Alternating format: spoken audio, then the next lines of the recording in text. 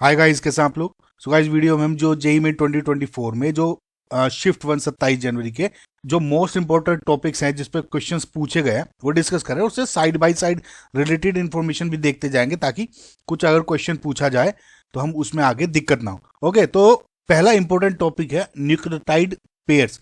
देखिए, nucleotide pairs पे एक क्वेश्चन पूछा गया था कि जो मल्टीपल न्यूक्लियोटाइड पेयर्स हैं वे किस लिंकेज से जुड़े रहते हैं। तो आपको मैं एक चीज देखी, सबसे पहले आपको पता होना चाहिए न्यूक्लियोटाइड्स में 3 ग्रुप्स होते हैं जो जुड़े हुए होते हैं। ओके, तो सबसे पहला होता है फोस्फेट ग्रुप। फोस्फेट ग्रुप के साथ आपकी पेंटोज शुगर जुड़ी हुई होती है। ओके, पेंटोज शुगर में मतलब 1 2 3 4 और एक ऑक्सीजन, ये 5 ज्वाइंट्स होते हैं ना। तो पेंटोज शुगर और उसके बाद नाइट्रोजिनस बेसिस होते हैं। ठीक है, अब ये P S and N basically या बी, ये होता है आपका न्यूक्लियोटाइड्स। अभी इसमें अगर लिंकेज अगर आप देखोगे तो लिंकेज बेसिकली ये आपकी पी से जुड़ी हुई होती है ना, फोस्फेट ग्रुप।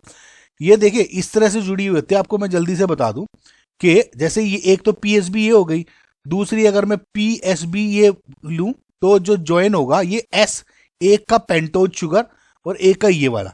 ठीक है, यानी जो एस और एस है ये पेंटोज, ये जो फॉस्फेट है उस ग्रुप से जुड़े हुए हैं। सिमिलरली अगर आप एक और ग्रुप जोड़ना चाहेंगे तो P S B. Okay, so again जो इसका शुगर है वो इस वाले पी से जुड़ा होगा। तो जो फॉस्फेट ग्रुप है बेसिकली उससे जुड़े रहते हैं। ठीक है, इस पे एक क्वेश्चन और पूछा जा सकता है। देखिए, हमारे जो नाइट्रोजनस बेसिस है वो 5 नाइट्रोजनस बेसिस पढ़ते हो आप बायोमोलिक्यूल्स में, और इनको 2 पार्ट्स में डिवाइड किया गया है। पहला होता है प्योरीन्स, ओके, और उसके बाद होता है पायरेमिडीन्स, पायरीमी D I N E S. ये पीवाईक्यूज में आए हुए हैं गाइस बहुत बार। ठीक है, अब जैसे adenine, A D E N I N E, purines में एक तो आता है एडेनाइन और एक होता है guanine, G U A N I N E. ठीक है, एडेनाइन एंड ग्वेनाइन प्यूरिन्स में आते हैं, और पायरेमिडीन्स में 3 होते हैं। एक तो होता है cytosine, C Y T O S I N E, फिर होता है यूरेसिल, और एक होता है फिर थाइमाइन। ठीक है, इनके आप स्ट्रक्चर्स एक बार देखना चाहते हो देख लीजिए, लेकिन यही इनके ऊपर पूछा जा गया।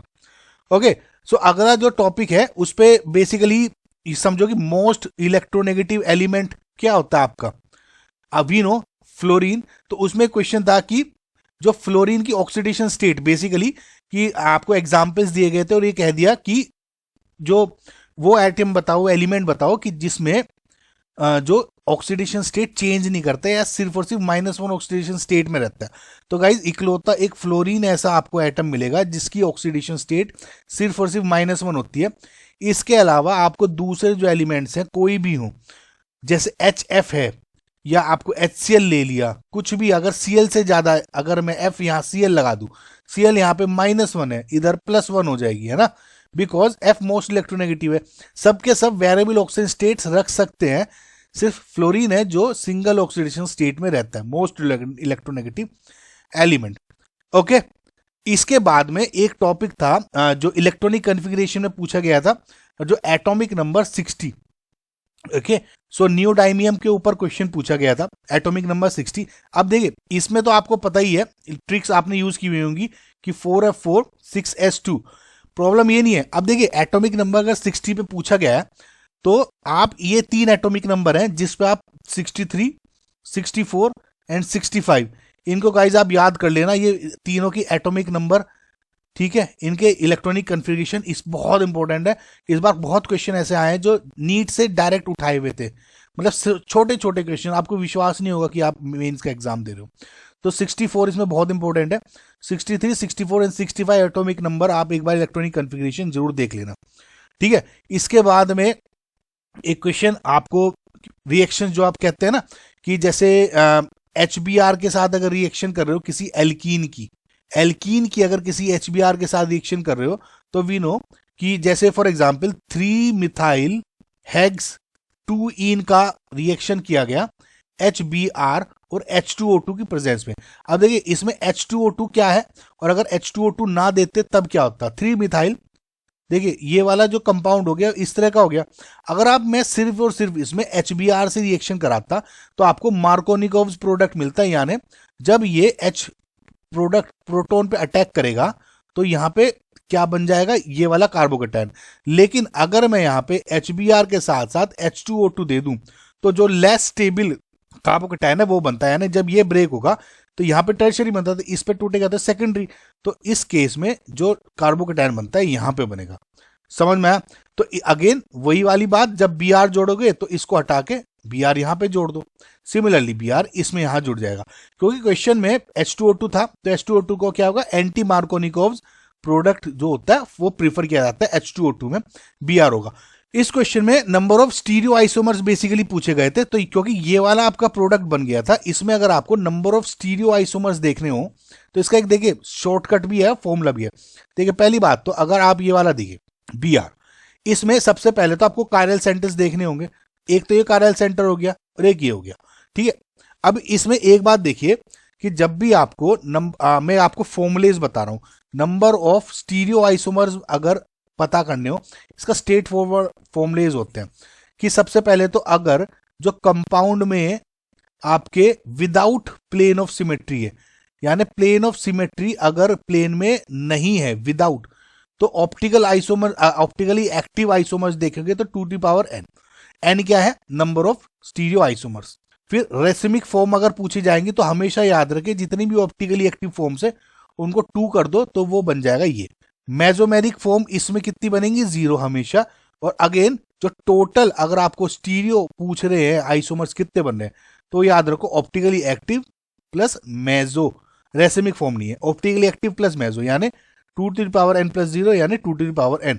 अगेन अगर विद प्लेन ऑफ सिमेट्री है, कंपाउंड में प्लेन ऑफ सिमेट्री है, तो उस केस में आपको 2 है, अगर even number of chiral carbons है या odd number of chiral carbons है। अगर odd number of chiral carbons है तो जो ऑप्टिकली एक्टिव बनेंगे 2n-1। और रेसिमिक फॉर्म अगेन OA/2 यानी 2n-1 ओवरऑल 2। मेसो फॉर्म इधर कितनी बन जाएंगी, 2n/2, यहां ध्यान देखिए -1। ये फॉर्मूला आपको जरूर याद रख लीजिए, बहुत हेल्प मिलेगी। ऑड नंबर है तो जो आपके ऑप्टिकली एक्टिव है 2n-1 minus 2n-1/2। Okay, optically active racemic form तो OA/2, इसका डिवाइड बाई 2 हो ही जाएगा। मेसो इसमें कितनी बनती है, 2n-1, ये पूरा अपॉन 2, इसमें n/2-1 है, इसमें n-1/2 होल 2 है। तो आपको टोटल स्टीरियो आइसोमर्स तो OA प्लस मेसो आप निकाल ही लोगे, ठीक है। तो अगर इसमें देख लोगे तो प्लेन ऑफ सिमेट्री नहीं है, 2n हो जाएगा, n क्या है 2/2 यानी 4, तो 4 स्टीरियो आइसोमर्स। इसके बाद में आप एक चीज ये टॉपिक जरूर ध्यान रखें कि नाइट्रोफिनोल्स हैं उसकी एसिडिक स्ट्रेंथ का ऑर्डर। देखिए एक चीज आप इंपॉर्टेंट ध्यान रखिए, जैसे मैं अगर ये तीनों के तीनों फिनोल्स बना रहा हूं, ये क्या हो गया, मेटा नाइट्रोफिनोल, फिर इसके बाद हो गया ऑर्थो नाइट्रोफिनोल, ओके। और अगर मैं यहां पे बना दूं पैरा नाइट्रोफिनोल, तो इस पे देखिए बहुत इंपॉर्टेंट क्वेश्चन है ये कि एसिडिक अगर स्ट्रेंथ इनकी देखनी है, एसिडिक स्ट्रेंथ में ये वाला ऑर्डर रहता है, हमेशा ये रहेगा। रीजन बीइंग देखिए सबसे पहले तो आपको पता है OH जो है कितनी इजीली H निकाल देगा प्रोटॉन, तो वो उसी एसिडिक स्ट्रेंथ होती है। अब क्योंकि जो NO2 है ऑर्थो एंड पैरा वो हो गया से, NO2 क्या है, इलेक्ट्रॉन विड्रॉइंग ग्रुप है, बहुत अच्छा। तो ये क्या करेंगे, यहां से डायरेक्ट O से डेंसिटी खींचा तो H इजीली निकल जाता है। सिमिलरली अगर आप एक कंपैरिजन इसमें और इसमें करोगे, इसमें भी डायरेक्ट खींच रहा है, ठीक है, तो इससे भी H निकल गया इजीली। तो ये दोनों का एग्जाम्पल कि मेटा वाला जो प्रोडक्ट है इससे ज्यादा क्यों है एसिडिक, ये तो ये हो गया। अभी इन दोनों का मैं भी समझा देता हूं ना, ये सबसे कम क्यों है, क्योंकि भैया डायरेक्ट O से नहीं खींचा, रिंग से तो खींच रहा है लेकिन डायरेक्ट O से नहीं आ रहा, समझ रहे हैं। इन दोनों में पैरा इसलिए ज्यादा एसिडिक हो जाता है क्योंकि इस केस में अगर आप देखोगे गौर से देखना कि जो O है और नाइट्रोजन का जो वो है, जैसे अगर आप ये देखोगे तो इसमें ये हाइड्रोजन बॉन्डिंग हो जाती है, और इस हाइड्रोजन बॉन्डिंग की वजह से ये थोड़ा सा फ्रीली अवेलेबल कम हो जाता है, ठीक है। इस टॉपिक को जरूर ध्यान रखना, एसिडिक स्ट्रेंथ, ठीक है। अब इसके बाद में जो क्वेश्चन था आपको बॉन्ड ऑर्डर का पे भी एक क्वेश्चन पूछा गया। बॉन्ड ऑर्डर था उसका NO पॉजिटिव प्लस CO। देखिए इसमें सिंपल मैंने एक ट्रिक भी बनाई हुई है, अगर आप देखना चाहते हो तो देख लो, फॉर्मूला नंबर 242 करके एक ट्रिक है, वो सिंपल उसमें वैसे तो आपको आते ही होंगे कि जैसे बॉन्डिंग ऑर्बिटल्स हैं, ये एंटी बॉन्डिंग ऑर्बिटल्स हैं, है ना, तो इसमें इलेक्ट्रॉन्स डिवाइड करते हो, मैंने उस ट्रिक में ही बताया हुआ है। तो आपको क्या करना है, नाइट्रोजन एंड ऑक्सीजन में पहले तो जो इलेक्ट्रॉन्स है आउटरमोस्ट शेल में देख लो, एन में कितने हैं 5, आउटरमोस्ट में ओ में 6, 5 5 10 11, प्लस ये वाला चार्ज की वजह से एक माइनस इलेक्ट्रॉन कर दो यानी 10। सिमिलरली सीओ में भी अगर आप देखोगे कार्बन में कितने हो गए, जो आउटरमोस्ट शेल में जो इलेक्ट्रॉन्स हैं वे हो गए 4 और ऑक्सीजन में हो गए 6, यानी इसमें तो 10 इलेक्ट्रॉन्स है, यानी दोनों का 10 और 10 इलेक्ट्रॉन्स है। ठीक है, अब क्या होता है बॉन्ड ऑर्डर कैसे निकलोगे, बॉन्डिंग में जितने इलेक्ट्रॉन्स है minus electrons involve in anti bonding orbitals divide by 2। अब बस या तो ट्रिक यूज कर लो या वैसे भी यूज कर सकते हो, आपकी कई सारी ट्रिक्स होती है, बस ये याद रखना, कभी कभी फॉर्मूला भी पूछ लेते हैं। तो इलेक्ट्रॉन्स ऐसे डिवाइड हो जाएंगे इसके कि देखिए 10 इलेक्ट्रॉन्स करने हैं 1 2 3 4 5 6 7 8 9 एंड 10। ठीक है, दोनों के सेम हो जाएंगे। तो अगर आप बॉन्डिंग में कितने हैं 1 2 3 4 5 6 7 8, एंटी बॉन्डिंग में 1 2 यानी 3। इसमें बॉन्ड ऑर्डर एनओ का भी 3 है, सीओ का भी 3 है, सम पूछा गया था तो कह दो 3 + 3 यानी 6। बस इस तरह की चीज को आगे रखना। एक बात और है, तो बेस्ड ऑन की नंबर ऑफ अनपेयर्ड इलेक्ट्रॉन्स या पेयर्ड इलेक्ट्रॉन्स है, इन क्वेश्चंस पे पैरामैग्नेटिक है आपका या डायमैग्नेटिक स्ट्रक्चर है वो भी हो जाता है। पैरामैग्नेटिक यानी अनपेयर्ड इलेक्ट्रॉन्स फील्ड है, डायमैग्नेटिक मतलब पेयरिंग। अगर आप इसमें देखोगे तो सबकी पेयरिंग हो रही है, करेक्ट, तो ये क्या हो गया डायमैग्नेट हो गया। लेकिन सपोज किसी में इस तरह का हो जाता तो ये हो गया अनपेयर्ड इलेक्ट्रॉन्स, है ना, तो पैरामैग्नेटिक हो जाता उस केस में। ओके गाइस, अब तक इतना समझ में आ रहा। अब उसके बाद में ल्यूकस टेस्ट पे भी क्वेश्चन पूछा गया है। देखिए ल्यूकस टेस्ट का सिंपल सा एक फंडा होता है, मैं आपको बता दूं। ल्यूकस टेस्ट में पहली बात तो आपको ल्यूकस रिएजेंट के बारे में पता होना चाहिए। ल्यूकस रिएजेंट होता है HCl + ZnCl2। ठीक है, और ये टेस्ट होता है primary secondary and tertiary alcohols को डिस्टिंग्विश करने के लिए। देखिए नॉर्मल कंडीशन में क्या होता है, अगर मैं सिर्फ और सिर्फ HCl लूँ ZnCl2 ना लूँ, तो अगर सपोज एक में प्राइमरी है एक में सेकेंडरी है एक में टर्शरी है और मैं सिर्फ और सिर्फ HCl डाल रहा हूँ, तो रिएक्शंस कैसे होती हैं कि जो टर्शरी कार्बोकेटायन है, फॉर एग्जांपल हाइपोथेटिकल सिचुएशन ले रहा हूँ कि फॉर एग्जांपल टर्शरी अगर 60 सेकेंड्स में आपकी रिएक्शन दे रहा है, सेकेंडरी आपकी 1 मिनट में मे बी 2 मिनट्स में दे रहा है, और HCl प्राइमरी क्या होता है 1 आवर में दे रहा है, इतना स्लो हो जाता है। तो ZnCl2 हम इसमें इसलिए डालते हैं ताकि रिएक्शंस फास्ट हो जाए। ठीक है, रिएक्शंस फास्ट हो जाए। अब ZnCl2 is behaving as a catalyst here. और एक बात और ध्यान रखें आप कि रिएक्शन में डायरेक्टली इन्वॉल्व नहीं है, ZnCl2 एक एनहाइड्रस है स्टेट में है। ठीक है, एनहाइड्रस ZnCl2 है, ये इंपॉर्टेंट क्वेश्चन है। तो जैसे आप ZnCl2 डालते हो, जो 60 सेकंड में होती मे बी वो 5 सेकंड में होना शुरू हो जाए, जो 2 मिनट में हो रही थी वो मे बी 30 सेकंड में रिजल्ट आ जाए, और जो प्राइमरी 1 आवर में आ रहा था और मे बी वो उसमें 2 मिनट में रिएक्शन दे दे, तो स्पीड तेज कर देगा। जनरली क्या होता है कार्बोकेटायन फॉर्मेशन से इन्वॉल्व होता है, जैसे OH है एल्कोहल, अब वो आपको खाली HCl से रिएक्शन कर रहा तो क्या होगा OH2 पॉजिटिव, ये निकाल देगा तो C।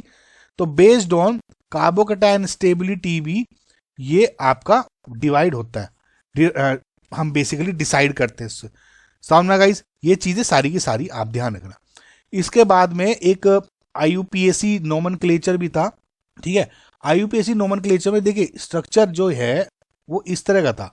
आपको ये तो देखिए गाइस सिंपल सा स्ट्रक्चर है, आपको क्या देखना है, सबसे ज्यादा इससे काउंट करोगे या इससे काउंट करोगे। देखिए इसमें अगर आप देखोगे तो 2 सब्स्टिट्यूएंट्स हैं, करेक्ट, तो यहां से मैं काउंट करूंगा 1 2 3 4 5 6।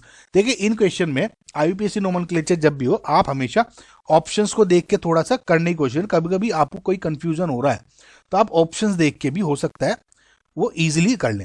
देखिए नंबर तो हमेशा यहां से करेंगे, और लेकिन जब लिखेंगे हम नम तो वो अल्फाबेटिकल में ऑर्डर में होगा।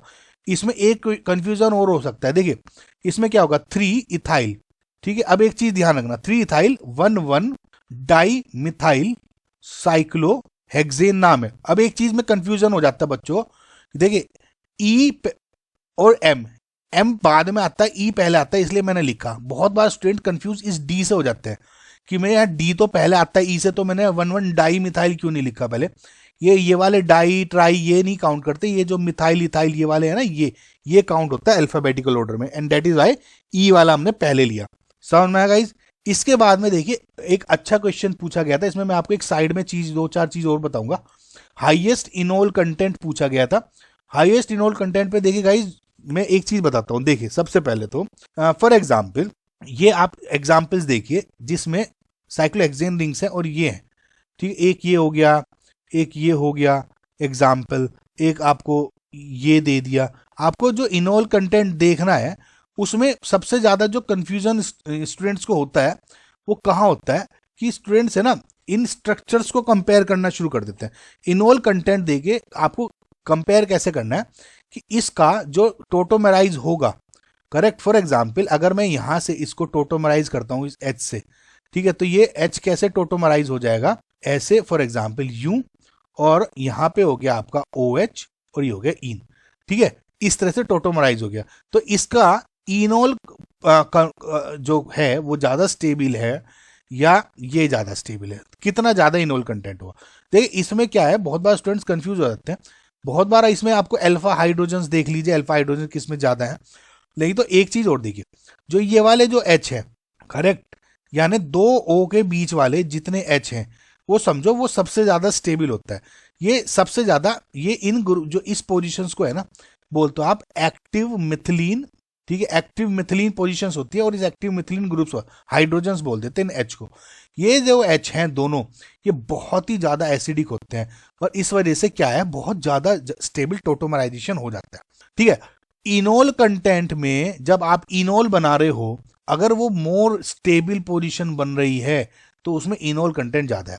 तो फिलहाल इस केस में तो यही हो रहा था, ठीक है। कैसे, देखिए अगर मैं इसका इनोल कंटेंट बनाता हूं तो कैसे बनेगा, देखिए आप खुद समझ जाओगे। ये एक एच इधर जोड़ दिया, ये यहां जोड़ दिया ओ एच, सिमिलरली इसको, और सिमिलरली इसका मैंने यहां बना दिया ओ एच, ठीक है। अगर आप गौर से देखोगे अब ये क्या है, एक एरोमेटिक स्ट्रक्चर बन गया, करेक्ट। एरोमेटिक स्ट्रक्चर क्या है, मोर स्टेबल होता है। इसमें एरोमेटिसिटी नहीं थी, इसमें एरोमेटिक स्ट्रक्चर था, hence this has highest enol content. बाकी किसी एग्जांपल में आपको इनोल कंटेंट नहीं दिखने वाला था, ठीक है। इसके साथ साथ एक बहुत ही अच्छा एग्जांपल होता है आपको हाईएस्ट इनोल कंटेंट में, ये हमेशा पूछ सकते हैं आपको, इसमें ध्यान रखना। देखिए ये वाला एग्जाम्पल अगर आप देखोगे सबसे पहले, तो इसमें कभी भी आप ये डायरेक्ट अगर आपने ना पढ़ा हो तो इसमें आप इस क्वेश्चन में हमेशा कंफ्यूज हो जाओगे। इसमें देखिए क्या होता है कि जो ये दो एच है, इसमें से फॉर एग्जाम्पल ये एच निकला और ये एडजस्ट यहां हो जाता है, तो ये यहां गया, ये यहां गया और ये यहां आया। तो अब क्या हो जाता है इस केस में, देखिए ये वाला बॉन्ड यहां आ गया था, ये वाला यहां आ गया था, और ओ नेगेटिव एच जुड़ जाएगा इसका ओ एच, और ये वाला तो यहीं पे था। अब देखो ये नॉन एरोमेटिक था, ये एरोमेटिक हो गया, तो इस केस में भी जो इनोल कंटेंट है वो हाईएस्ट है। इस बात को आप गाइज हमेशा याद रखना, बहुत अच्छी बात है, ठीक है। अब एक चीज मैं आपको और बता दूं गाइज, मेरी एक ट्रिक है ऑक्सी एसिड्स की। मैंने पी ब्लॉक की आप प्लेलिस्ट देखोगे तो ऑक्सी एसिड्स स्ट्रक्चर बनाने की, उनकी नोमेनक्लेचर बनाने की, वो मैंने सारी ट्रिक्स अपलोड की हुई है पी ब्लॉक आविश केमिस्ट्री चैनल पे। आप सर्च करना प्लेलिस्ट, उसमें आपको सारी ट्रिक दिख जाएंगी। बहुत इंपॉर्टेंट है इस बार। Oxy acids of sulphur structure अगर बनाने आ जाते हैं तो आपको ऑक्सीडेशन स्टेट्स बना दो, नंबर ऑफ कुछ भी यार एस पूछ लो, डायरेक्ट बॉन्डिंग किससे है क्या नहीं है, वो सब अब पता लग जाएगी।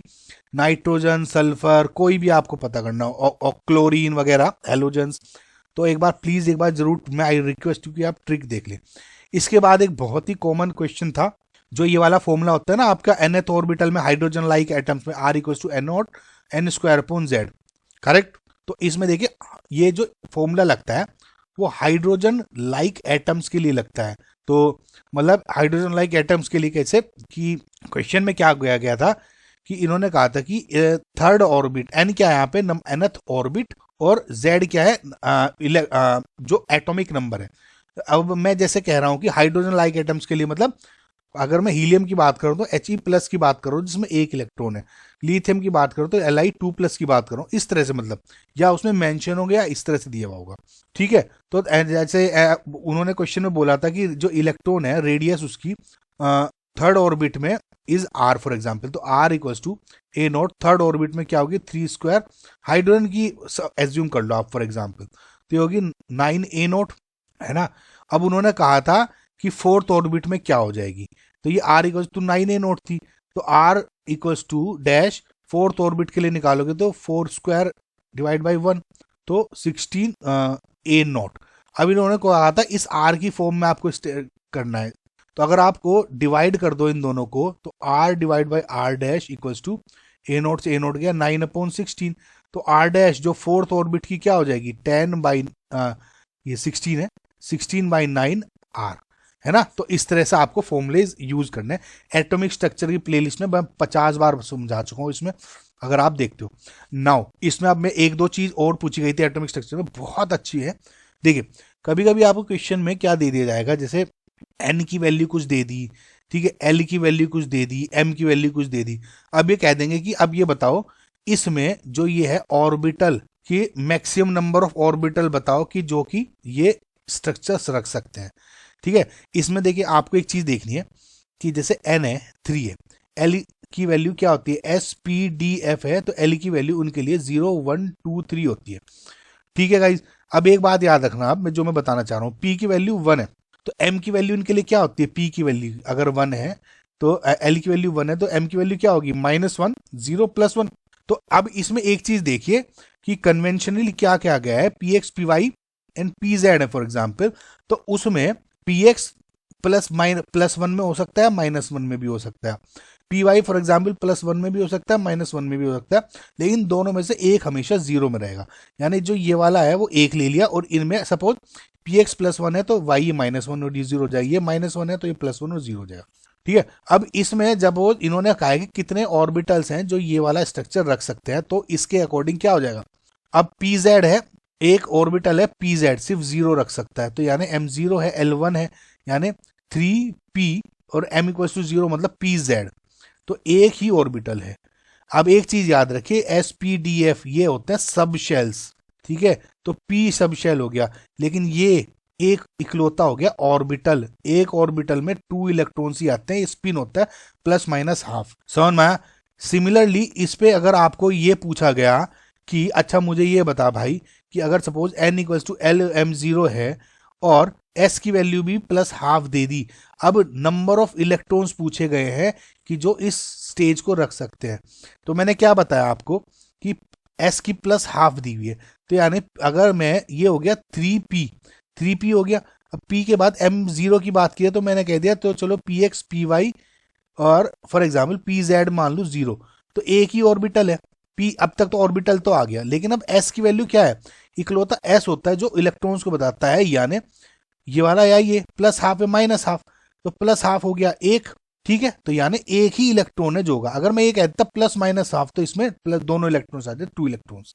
ओके गाइज, इस बात को समझ में आया। अब एक चीज और देखिए, मैग्नेटिक मूवमेंट का जो क्वेश्चन है बहुत ही इनका फेवरेट है। हालांकि आपको पता ही है कि मैग्नेटिक मूवमेंट का जो फॉर्मूला कैलकुलेट करते हो n/n+2 से करते हो, जहां पे n है number of unpaired electrons. Okay, अब इसमें ये तो आपको पता है, लेकिन आपको मैं शॉर्टकट बता रहा हूं, हालांकि मैंने बहुत बार बता चुका हूं, लेकिन रिवाइज करा रहा हूं। देखिए n अगर नंबर ऑफ अनपेयर्ड 0 है, 1 है, 2 है, 3 है, 4 है या 5 है, ये केसेस बन सकते हैं आपके। देखिए बहुत बार इन वैल्यूज को देखिए याद भी मत करें, लेकिन मैं आपको एक चीज दिखाना चाह रहा हूं जो आप गौर से देखिए। 0 है तो 0, 1 है तो 1.73, 2 है तो 2.84, 3.87, 4.96 एंड 5.92। अगर आप गौर से देखोगे, अगर नंबर ऑफ अनपेयर्ड 0 है तो 0 हो गया, नंबर 1 है तो यहाँ पे 1 पॉइंट समथिंग है, 2 है तो 2 पॉइंट समथिंग है, 3 है तो 3 पॉइंट समथिंग है, 4 है तो 4 पॉइंट समथिंग, 5 है तो 5 पॉइंट समथिंग। ये बात ध्यान रखना। अब कभी कभी क्या हो जाता है एग्जाम में आपको कह दिया 2.84 के बजाय 2 फॉर एग्जाम्पल 78 लिख दिया। अब आप क्या करते हो स्टूडेंट्स कि मैग्नेटिक 2.878 लिख दिया और अब n/n+2 इसको क्वाड्रेटिक इक्वेशन को सोल्व करने लग जाते हो, ये गलत है। 2.78 है, 2.84 समथिंग समथिंग कह के कह दो, अच्छा नंबर ऑफ अनपेयर्ड नंबर लगभग 2 ही होगा। इस तरह आप इन चीजों को यूज करना डायरेक्ट, आपको तभी बहुत हेल्प मिलेगी, नहीं तो नहीं। उसके बाद में देखिए ये हो गया कि स्ट्रक्चर दिया हुआ था ऐसे, ठीक है, और साइक्लोहेक्सीन हो गया, इसको पूछा गया था किस टाइप का स्ट्रक्चर है, तो एलिसाइक्लिक हो गया। एलिसाइक्लिक देखे हुए होते हैं जो साइक्लिक स्ट्रक्चर्स हैं, करेक्ट। उसके बाद हो जाता है ए साइक्लिक होते हैं जो साइक्लिक नहीं होते, जैसे स्ट्रेट चेन वाले कंपाउंड्स हो गए फॉर एग्जांपल। उसके बाद में एरोमेटिक, तो आप सबको पता ही है कि एरोमेटिक क्या होता है। इसमें क्या एक था एरोमेटिक बेंजीनोइड। देखिए बेंजीनोइड जो होते हैं वे होते हैं कि जो बेंजीन लाइक होते हैं, बेंजीन लाइक स्ट्रक्चर्स होते हैं, एटलीस्ट जिनमें at least one benzene ring present हो, उन्हें बेंजीनोइड बोलते हो। एग्जाम्पल अभी बता दूंगा। और नॉन एरोमेटिक तो पता ही था आपको, ठीक है। और फिर हो गया बेंजीनोइड, पता हो गया। नॉन बेंजीनोइड क्या हो जाता है, जिनमें कोई भी बेंजीन ना प्रेजेंट हो। और जो नॉन बेंजीनोइड होता है हमेशा नॉन एरोमेटिक होता है, आप याद रखना। देखिए बेंजीनोइड्स या देखिए फिलहाल तो इसमें क्या हो गया, एलिसाइक्लिक क्या हो गया, साइक्लिक जो होते हैं, ए साइक्लिक जो स्टेट चेन, तो ये ए साइक्लिक था, एरोमेटिक वगैरह कुछ था ही नहीं। इसमें एक चीज मैं बताता हूं आपको, बेंजीनोइड के ऊपर आपको हल्का सा एक आइडिया हो जाएगा। देखिए बेंजीनोइड में जैसे मोनोसाइक्लिक हो जाते हैं, यानी एक रिंग होगी, बाईसाइक्लिक का एग्जाम्पल होता है, ट्राईसाइक्लिक का होता है, ठीक है। जैसे अब इसको देखोगे आप, ये वाले जो फिनोल है, ठीक है, या एनिलिन है NH2, या एनिसोल है, ठीक है, OCH3, ये सब है मोनोसाइक्लिक, बेंजीनोइड है। लेकिन अगर आप इस रिंग को देखें, क्योंकि बेंजीन रिंग परसेंट थी, या जैसे अगर एंथ्रेसिन दे दिया आपको वगैरह वगैरह, जिसमें दो रिंग जुड़ी हुई हैं इस टाइप से ना, जैसे ये दे दिया मैंने आपको इस टाइप का कुछ, तो ये क्या है, आपके बेंजीनोइड है। लेकिन अगर मैं इसमें ये वाला एग्जाम्पल दे दूं आपको, ठीक है, इसमें ये एन आ गया, बेंजीन टाइप नहीं है, ये एन हो गया। या फिर अगर आपको ये वाला एग्जाम्पल दे दूं, ठीक है, इस टाइप से का कुछ, ओके, तो ये क्या है, सबके सब नॉन बेंजीनोइड एग्जाम्पल्स हैं, करेक्ट। अब इसके बाद में देखिए एक बहुत ही अच्छा वो टॉपिक पूछा गया था, यानी जो एग्जाम में भी आपके काफी बार आ गया, K2Cr2O4, K2Cr2O7 एंड KMnO4, इनमें सबका कलर पूछा गया था। देखिए KMnO4 तो सबको पता है, पर्पल कलर का होता है। इसमें एक चीज ऐड और कर दूंगा, लेकिन अब इस बात को देखिए ध्यान से, ठीक है। तो K2CrO4 था, K2Cr2O7 ये। देखिए K2CrO4 को जब एसिडिक कंडीशंस दोगे, K2CrO4 by the way yellow colour का होता है, इसमें येलो कलर पूछा गया था, इनमें से येलो कलर कौन सा है, तो K2CrO4 वैसे येलो कलर का होता है। जब इसको आप एसिडिक कंडीशन में डालते हो तो K2Cr2O7 में कन्वर्ट हो जाता है, जो कि एक ऑरेंज कलर का होता है कंपाउंड, ठीक है। इसके बाद आप इसको एमाइल एल्कोहल में डाल दोगे और with in H2O2, amyl alcohol, ये एडवांस में पूछा गया था क्वेश्चन, तो डायरेक्ट इसमें पूछा जा सकता है, तो ये CrO5 में कन्वर्ट हो जाता है, जो कि एक ब्लू कलर का होता है। इस चीज को आप जरूर ध्यान रख लेना, बहुत बार पूछा गया। एक बात और देखना आप, कि जैसे Cr2O7 है, जैसे Cr27 है, Cr2 2 नेगेटिव जो ये है, इसका जब आप रिडक्शन करते हो, for example in the presence of some acidic condition भी दे सकते हैं, डाइल्यूट एसिड की कंडीशन, या रिड्यूसिंग एजेंट्स भी दे सकते हैं, जैसे SO2 दे दिया या H2S दे दिया गैस, इस पे क्वेश्चन पूछा गया हुआ है तो 2023 में, तो एक कन्वर्ट हो जाता है Cr3+ में, ठीक है। जो K2Cr2O7 ऑरेंज कलर का था, नाउ अब जो Cr3+ की वजह से ये ग्रीन कलर का हो जाता है। इस बात को आप जरूर ध्यान रखना गाइज। इस पे एक चीज KMnO4 से रिलेटेड और चीज है, बहुत बार रिपीट हो रही है, वो ये है कि जैसे MnO4 नेगेटिव है, यानी KMnO4 वाला आयन हो गया, तो अगर उसको आप एसिडिक कंडीशंस में रखोगे तो जनरली ये Mn2+ में कन्वर्ट होता है। इसको अगर आप न्यूट्रल या फेंटली एल्कलाइन मीडियम में रखते हो, बहुत ही कम एल्कलाइन मीडियम में, तो वो MnO2 में कन्वर्ट हो जाता है। और अगेन इसको अगर स्ट्रोंग एल्कलाइन कंडीशंस दोगे तो ये कन्वर्ट हो जाता है MnO4 2 नेगेटिव में, ठीक है। ये बहुत ध्यान रखना गाइस। इसके बाद में एरोमेटिक में क्वेश्चन था, आपको पता ही है एरोमेटिक जो स्ट्रक्चर आप बताते हो इजीली रह जाता है, लेकिन जो मैं इसमें आपको बताना जा रहा हूं वो है एन्युलीन्स। एनिलीन्स का एग्जाम्पल बहुत स्ट्रेट फॉरवर्ड है। देखिए उसमें ये भी पूछा गया था कि जैसे ये वाला जो आपका स्ट्रक्चर है इस तरह से, ओके, तो इस स्ट्रक्चर में जैसे ये वाला ये इस टाइप के स्ट्रक्चर्स को आप बोलते हो एन्युलीन्स, ठीक है। ये बेसिकली 10 पाई एन्युलीन है, और इसमें ज्यादा ध्यान नहीं है, दो एग्जाम्पल आपको इसमें और दे दूंगा मैं। देखिए 10 पाई एन्युलीन है, इसमें क्या है, जो ये H है और ये जो H है, इन दोनों का आपस में टकराव होता है, काफी दूर है बेसिकली ये।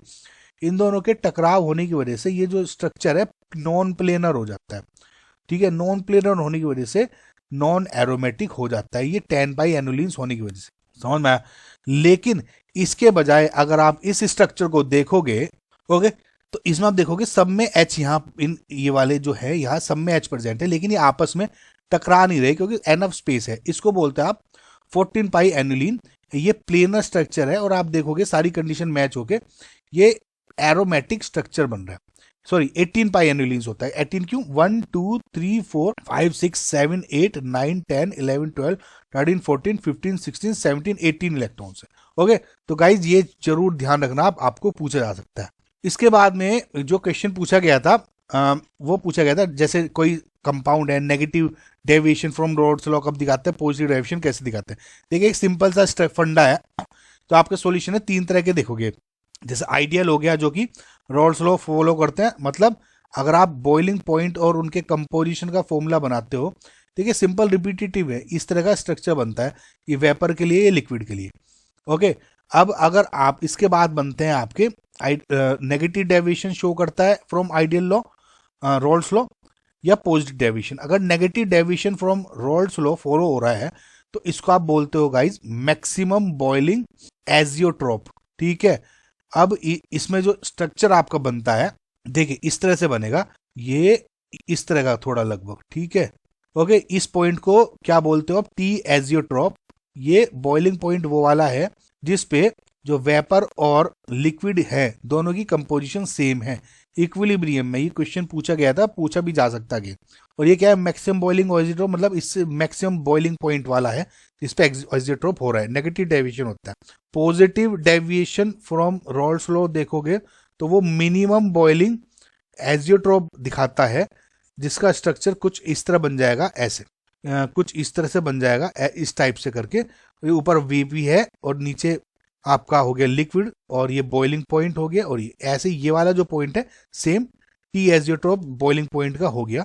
इसको बोलते हो maximum boiling point azeotrope. So I hope guys आपको समझ में आ गया होगा। 27 शिफ्ट 1-2 मैं अपलोड अभी जल्दी कर दूंगा। Thank you for watching guys. कोई आपको सजेशन देना हो तो जल्दी दे दें। बाय।